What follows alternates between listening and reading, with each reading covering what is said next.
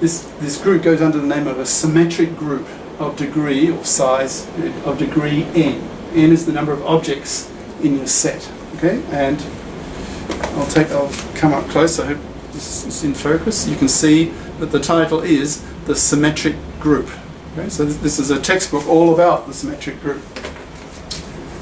Okay, now before finishing off this this session, let's do a little bit of practice here.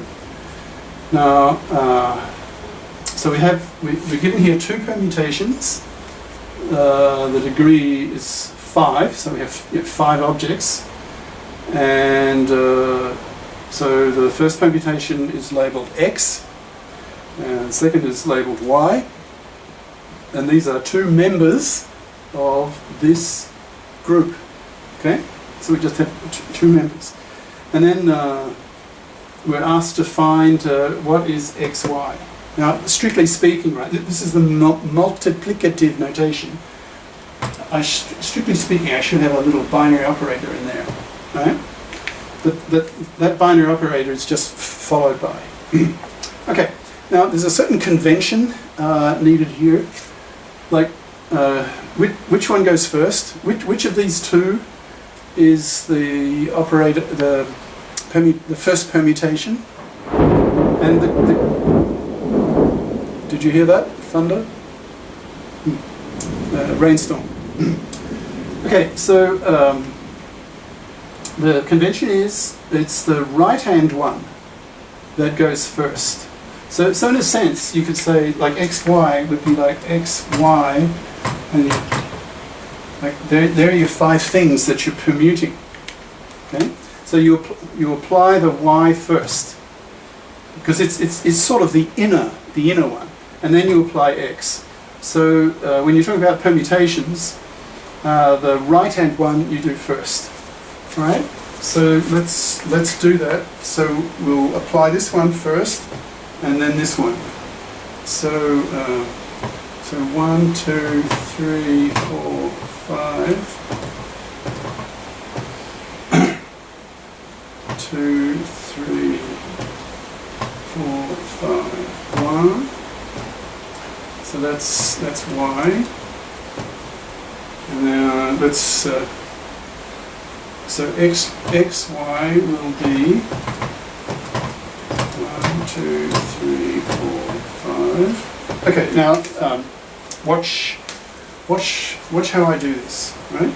So you're doing Y first and then X, because Y is the right-hand one, the inner one to what you're permuting. Okay, so first you do Y, then you do X. Okay, so 1 goes to 2, and then 2 goes to 1. So effectively no change. All right. Now Y again. So 2 goes to 3, and then you do X, and 3 goes to 5. So it'll be 5. Right. And again Y first. 3 goes to 4, and 4 goes to 4. So okay, and now as usual Y first. 4 goes to 5, and 5 goes to 2. All right. And again, Y first. 5 goes to 1, and 1 goes to 3. Now it always has to be a bijection, right? This mapping of the old order to the new order, if you like. Because remember, permuting is to just change the order, right? So that's X. That's XY. Now I'll do this a bit quicker now. How about YX?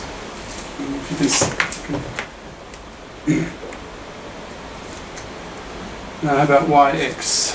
Right. So now it's the X that goes first. Right. So 1 goes to.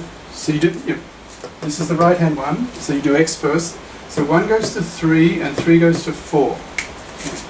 So that will be 4. 2, 3, 4, 5. Okay, so again, starting with X, 2. 2 goes to 1, 1 goes to 2. I'll do this a bit faster. X first, 3 goes to 5, 5 goes to 1. 4, X first, 4 goes to 4 and 4 goes to 5.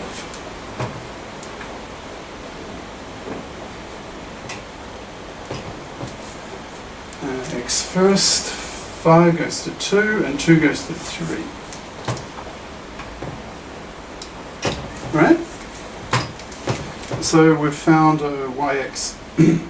Now, how do you... Now these are just elements of a group, right? The group is a symmetric group, S of n. S of n, very, very famous symbol in group theory.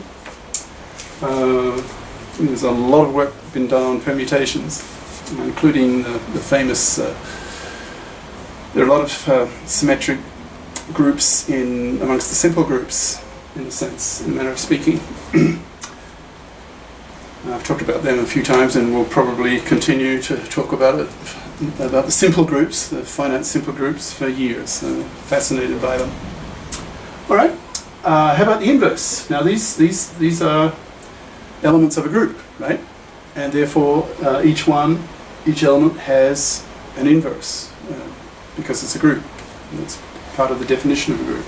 So if you know what X is, how do you find the inverse? Now, what does that mean? For example, what's the unit? I need to explain a bit about what the unit is. Hold on. Got another pen. So, in this context of permutations, and we're talking about a group, so what is the unit? Well, it's don't change anything, right? So here's the unit. So 1, 2, 3, 4, 5 will just map to itself. 1, 2, 3, 4, 5. Right? That's your unit. Okay? That's the unit element of an order or degree 5 symmetric group. Okay? That's a unit. All right.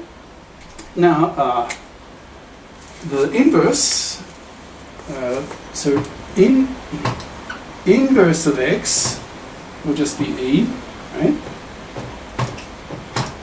And E will be the X of X inverse. And that's you're quite familiar with that now. So if these X's are now, if X is a permutation, you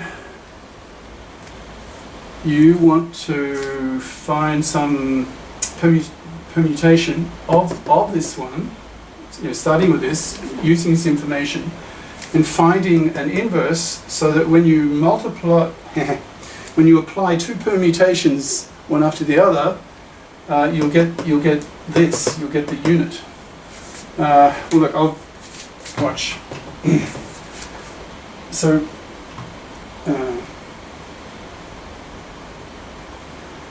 So 1, 2, 3, 4, 5, and X, so 3, 1, 5, 4, 2, that's X. Now I want the inverse to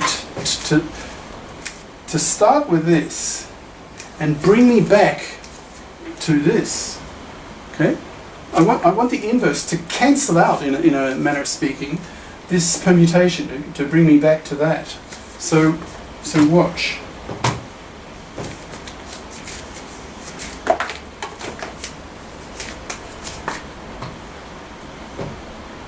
So if I do this first, followed by the inverse, I want to get to E. I want to get to this. So if I go with X first, I go from 1 to 3, and then by applying the inverse, I want to go back to 1, right? So if I go from 1 to 3, and then I want my inverse to go 3 to 1, so I'm going to use a new pen. Hold on. I bought a new box of pens as well, so go through these pretty fast. Right, it's a new pen. Right, so yeah, I'll go through that again. X, I'm at 1 to 3. Now I want the inverse to cancel that up. I want it to go from 3 to 1. Okay, so 3 to 1. Now 2 goes to 1, and I want to cancel that out, so I want 1 to go to 2. Okay? Now 3 goes to 5, so I want 5 to go to 3. Now if you're not following me on this, it'll become clear in a minute, so just a little patience. Right? Now 4 goes to 4, so no change. Okay. Now 5 goes to 2, and I want to cancel that out, so I want 2 to go to 5. Right? Now, okay, now it's the punchline. That is my inverse. Now why does it work? Well, watch. If I do x and then inverse x, or the other way around, it'll work both ways. I mean, it has to, because you know, it's a group, right? X inverse is e, but also x inverse x is e. Okay, well let's do this one first and then this one. Watch what happens. So 1 goes to 3 and 3 goes to 1. So x inverse is 1, 2, 3, 4,